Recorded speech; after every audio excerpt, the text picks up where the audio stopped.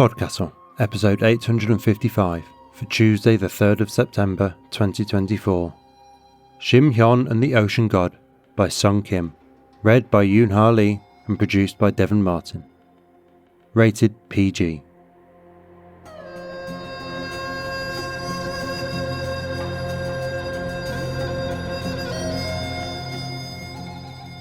Good morning, good day, good afternoon and good evening, and welcome to PodCastle, the flying castle of fantasy fiction. I'm your host, Matt Dovey, and it is my privilege to present for your enjoyment Shim, Hyeon and the Ocean God by Sung Kim, narrated by Yoon Lee. This story, I'm pleased to say, is a PodCastle original. It's not that long since I was excitedly telling you about our Ignite nomination. Well, I'm excited again to tell you we're also finalists for the British Fantasy Award this year in Best Audio, and alongside our sisters Pseudopod and Cast of Wonders. And we're very proud to see Curtains on the list here for the first time too.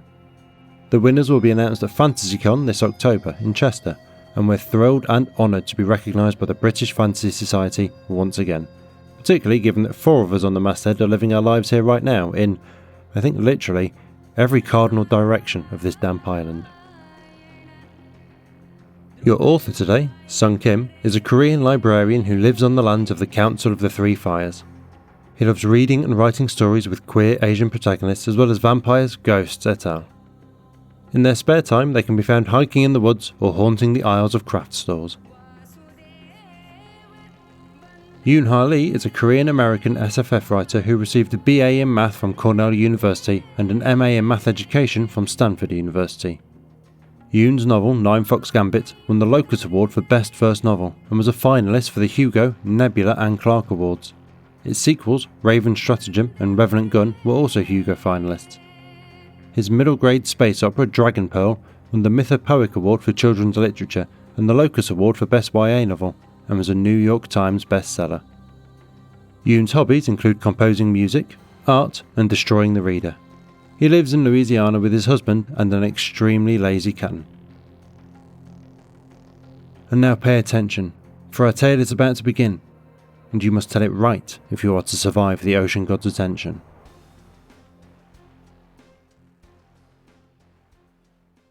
Shim, Hyeon and the Ocean God by Sung Kim, narrated by Yoon Lee. They usually send maidens. The Ocean God's voice is a deep and resonant drawl. The whole palace smells of brine and sea life, like the fish market back in Inju. There are lights, but not from candles or lanterns.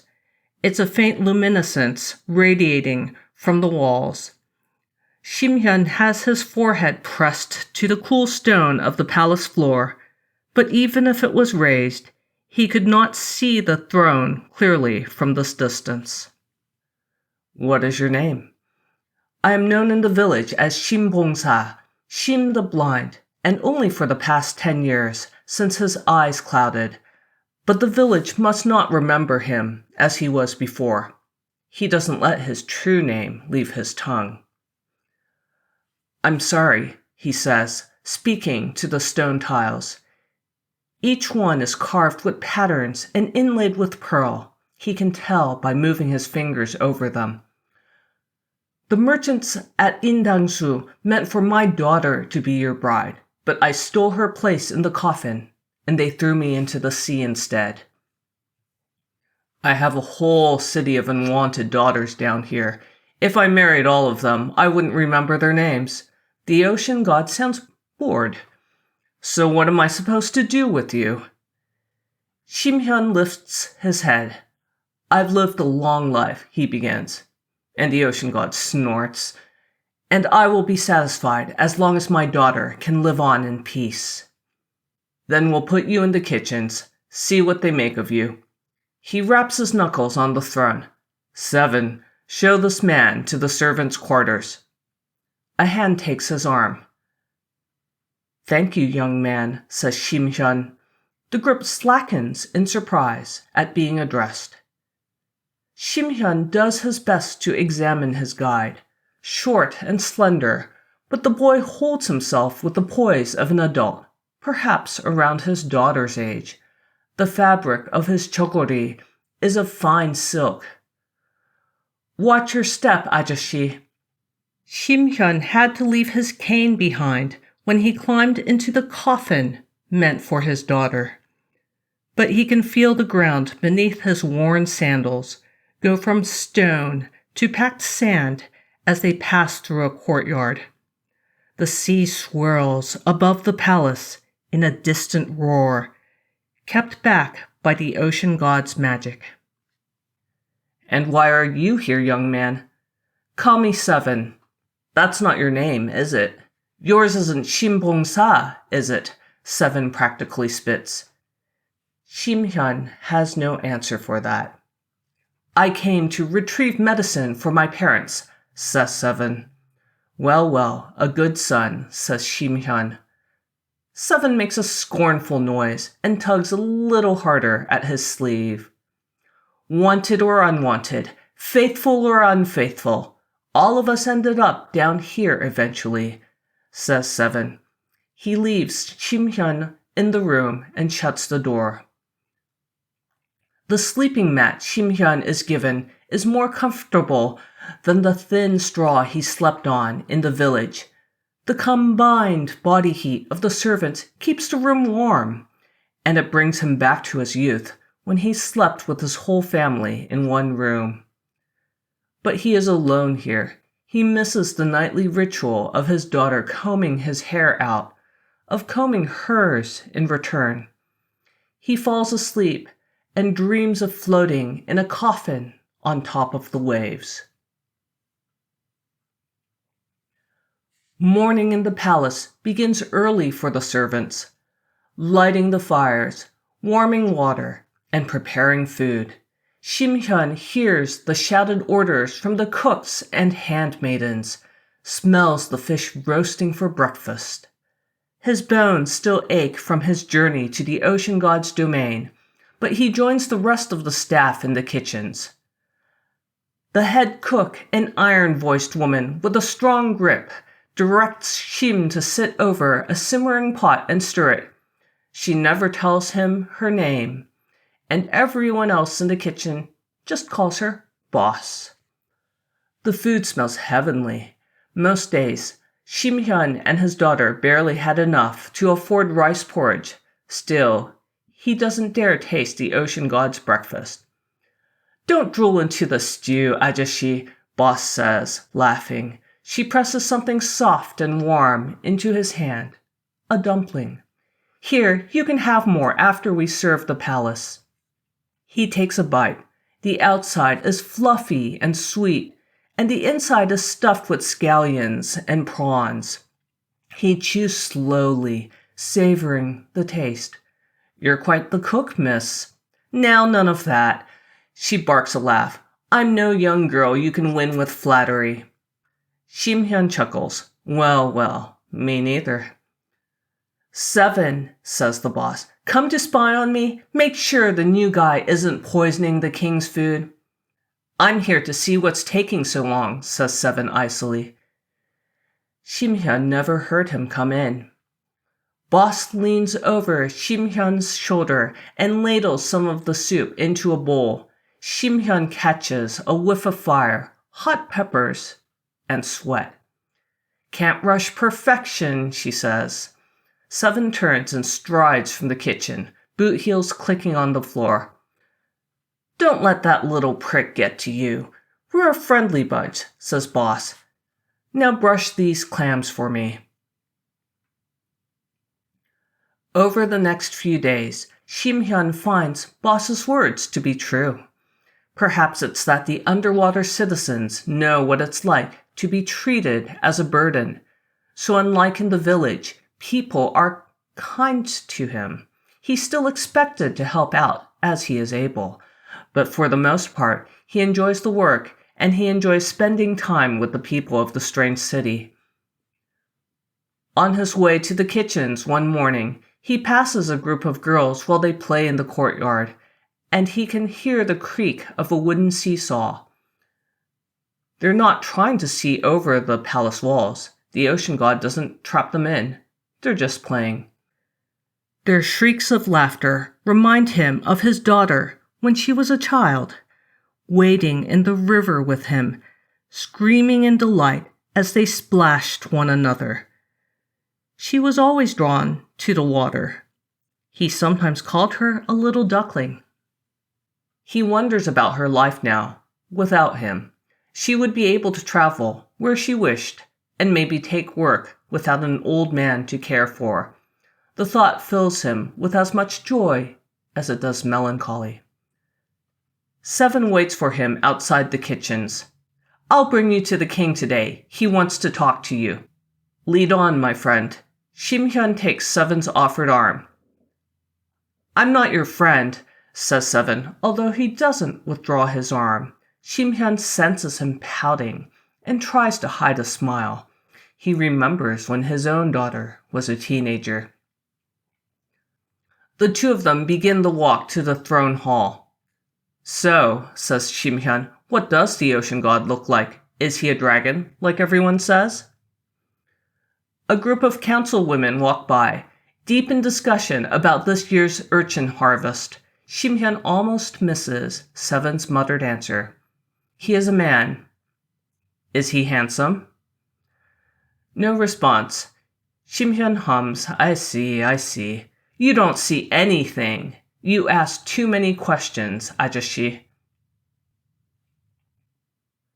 After depositing Shim Hyun, Seven retreats to outside the throne room doors, leaving him alone with the king. The ocean god speaks in a lazy, disaffected manner that suggests he is sprawled over the throne. Shim Hyun kneels before him on the stone floor, his knees aching. He's really getting too old for this sort of fealty. "Do you sing or play the haegum?"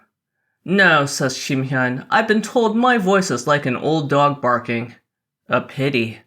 I had to banish my last court musicians for treason."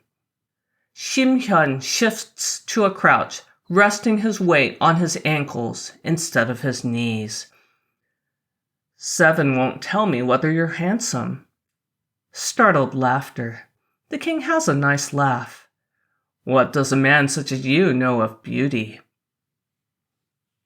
So Shim Hyun tells him of his loving sisters, who left to marry, his wife who passed away, the art he lost along with his livelihood as a court painter. Still, his daughter is the most beautiful thing he's ever known. The king listens without speaking and finally replies, "So you are a fair judge. Come feel for yourself." Shim Hyun approaches the throne with more confidence than he feels. He toes the edge of each step, careful not to trip. Before he can reach out, the king crushes his arm in a tight grip and pulls him forward. One hand lands in the ocean god's robes, sliding across silk. The ocean god guides the other to his face. He is a man, as Seven said, with 2 eyes, a nose, and a mouth. Shim Hyun maps them all with his fingers. But when he goes to card them through the ocean god's hair, he feels something else on either side of his head. Antlers, covered in soft velvet. He breathes in. The king smells like camphor incense burning. Well, he says, very handsome. A strong hand clasps the back of his neck. "I could say the same of you, Shim Bongsa." Shim Hyun smiles. "You don't want an old man like me." "What use have I for those children?" the ocean god asks. His voice is a low rumble, a rocky coast on a winter day. "I've never met anyone like you before." It's been a long time since anyone made Shim Hyun blush. The ocean god's breath is warm on his skin. "Won't you tell me your name, Shim Bongsa?" Shim Hyun turns his face away. The king laughs. As soon as Shim Hyun enters the kitchen for his shift, he finds himself crowded on all sides by the other servants. "They said you two kissed. They say the king wants to take you as a concert." "Who says?" asks Shim Hyun. "The servants from the inner court. We do talk to each other, you know. Boss snaps her towel. All right, everyone, get back to work. Shim barely manages to thank her before she rounds on him with a grin in her voice. So, what happened? Nothing. We just talked. He seemed interested in me, says Shim. Is this a common occurrence? She hands him a bowl of bean sprouts to wash. No, the last girlfriend he had was the daughter of the river god, and she left him when he forgot her birthday. It's been at least a century since then. Ah well, I suppose even a dragon can be born in a stream. The hell are you talking about? She slaps him on the back. You're a funny one, Ajashi. He returns to the servant's room, shaken despite his easy manner with the others. For years, he forced his desires down into the furthest reaches of himself, mourning his wife and his art. All it took was a brief show of interest from the king for them to come rushing back in a torrent. He wakes to another summons to the throne room and accepts an escort from Seven in silence. The first thing Shim notices when they arrive is the sound of animal feet on the stone floor. One of the animals approaches him. Shim stills as it nudges at his leg. Do you recognize them? The ocean god asks. Go ahead. They won't bite. Shim puts his hand on the creature.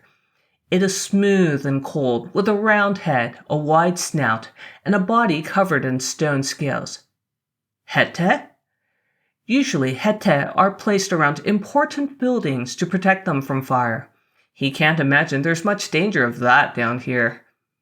The hette gambol and roll around his feet.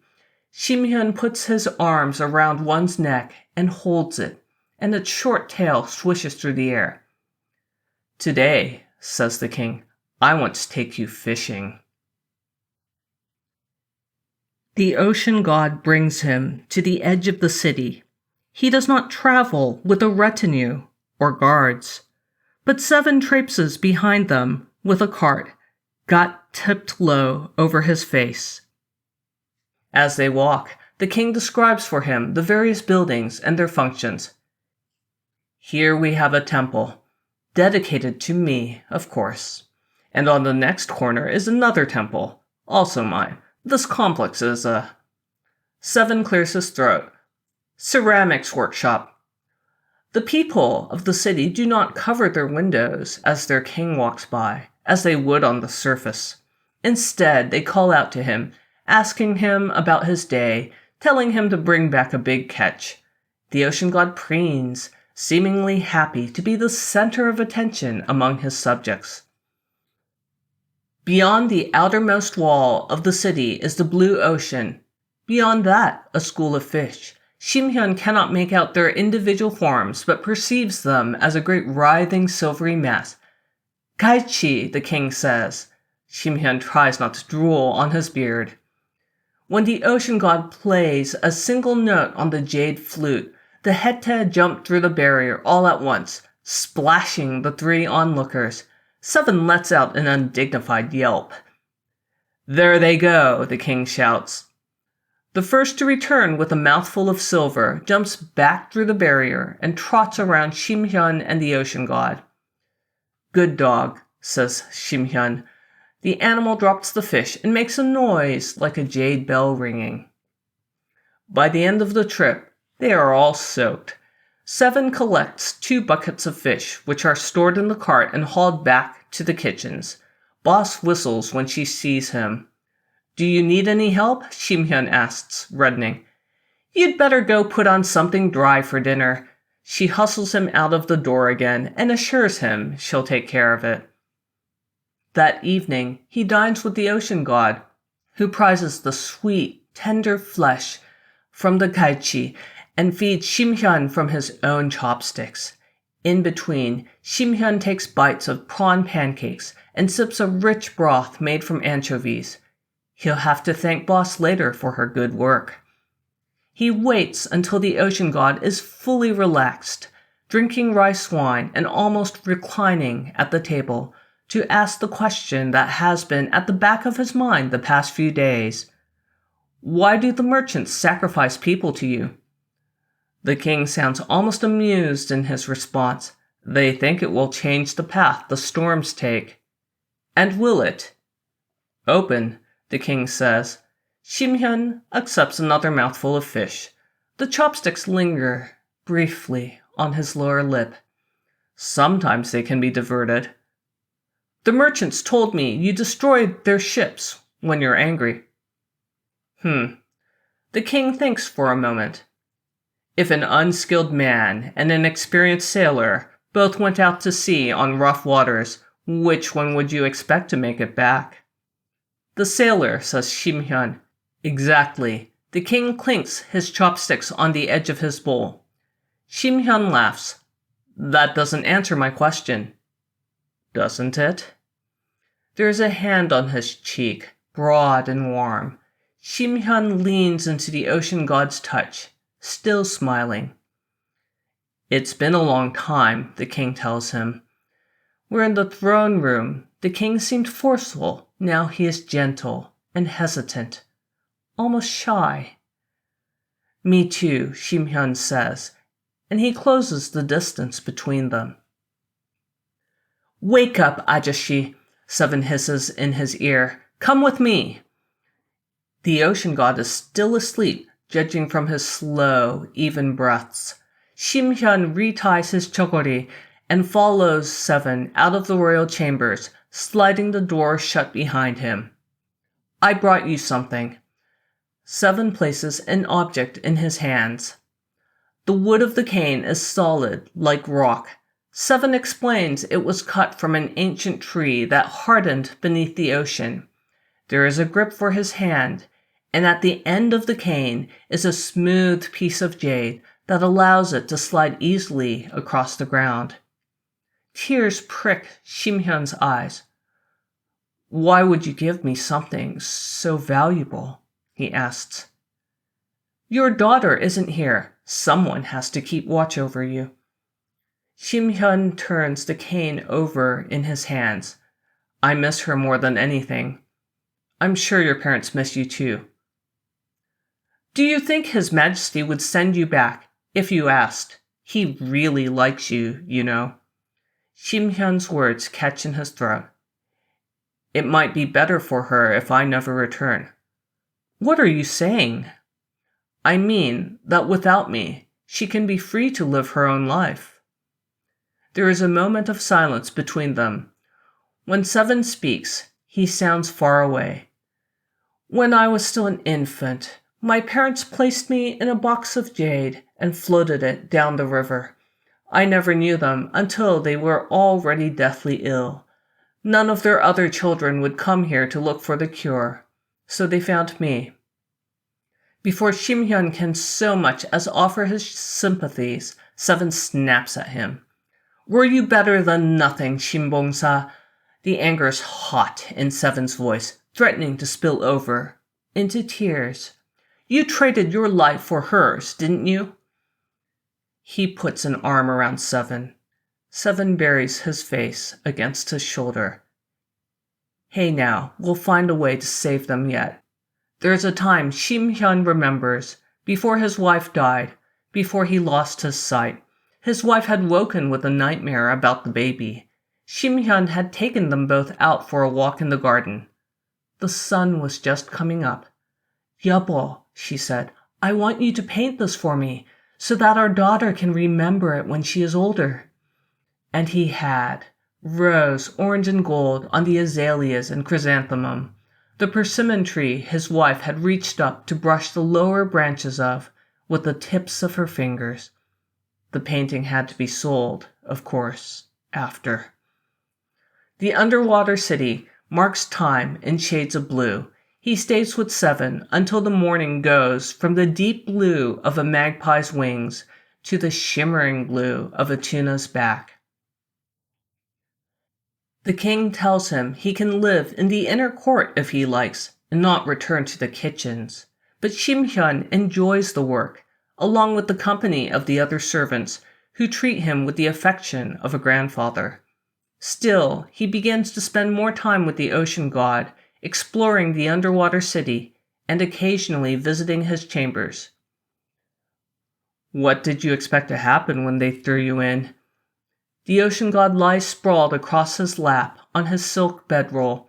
He presented Shim with a coral comb as a gift, and Shim uses it to braid his hair, as he might have done for his family once. I suppose I expected to die, says Shim running the comb through the king's hair. It's thick and smooth, and the king perfumes it with lotus, each brushstroke releasing a burst of fragrance.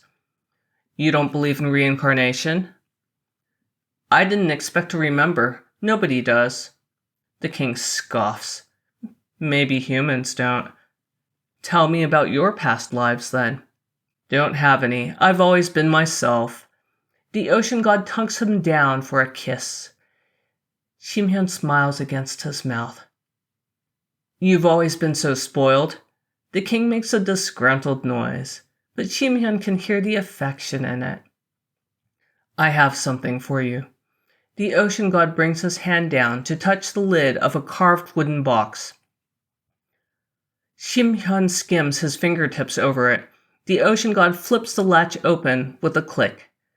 Resting on a velvet cushion is a pearl, perfect and smooth. This will give you back your health. Only one forms every 100 years, but they're capable of healing any illness and restoring the senses. Shim mouth goes dry. What would I want with this? He asks. The king leans in and gently runs his thumb over the thin skin of Shim eyelid. Uncomfortable, Shim jerks back. You just have to swallow, the king coaxes. Go on. Shim takes the pearl and rolls it between his fingertips. He places it in his mouth, but stores it beneath his tongue. It tastes faintly of salt and grit. Tomorrow, I will promote you to my court painter, the king tells him. You can begin a mural for me. He affects being speechless with gratitude and bows to the ocean god, the pearl clicking against the back of his teeth.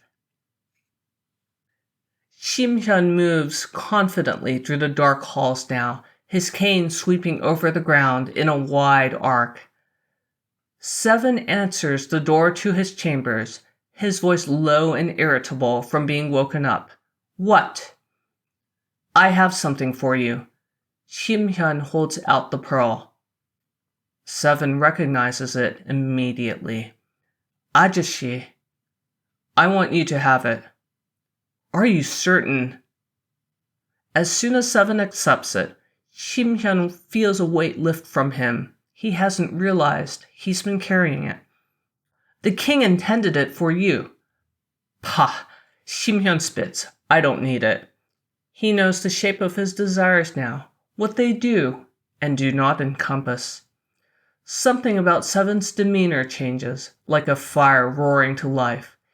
He tucks the pearl in his coat and bows. I am Prince Bati, the 7th unwanted daughter of the king and queen. I will bring this medicine back to them. And then I will find your daughter and repay her for your kindness. Shim takes the coral comb from his pocket. He wraps it in a kerchief and presses it into Prince Bati's hands. Give her this, with my blessing. Tell her I miss her. Thank you, Ajashi. Prince Bati kisses his forehead. I would take you with me, but my way is difficult. I fear you might not survive the journey. Shim smiles. Go on ahead. It would be improper to leave without thanking my host. It all comes to light the next morning. Shim enters the ocean god's throne room, unchanged, and Prince Bati is gone. How dare you reject my gifts? Do you understand who I am? The king is tremulous, shaking with rage. Shim considers dropping to his knees, but decides against it. Instead, he leans on his cane. I know very well who you are, and you're not the only one who can be selfish. I have one more request to make of you. I want to go home. So now you're leaving me. His voice sounds cold, but when Shim touches his face, it's wet. I could keep you with me for hundreds of years. I would hate you for it. I can give you 1,000 daughters. I just want to see the one. Shim does not make promises to the king he cannot keep. He does not tell the king his true name. Instead, he takes the ocean god's face between his hands and gently kisses him, tasting salt on his lips. Come with me then. Meet her. The king goes completely still. What? You can always return if you don't find it to your liking. Shim holds out his hand. I haven't been to the surface since tigers smoked pipes. Much has changed since then, says Shim. Don't you want to see for yourself? No. The ocean god lays his hand in Shim. Will you show me? The ocean god summons a vessel to ferry them to the surface, a lotus blossom that unfurls in the center of the throne room. When they climb inside, Shim world turns to pink and white and gold, like closing his eyes against the sun.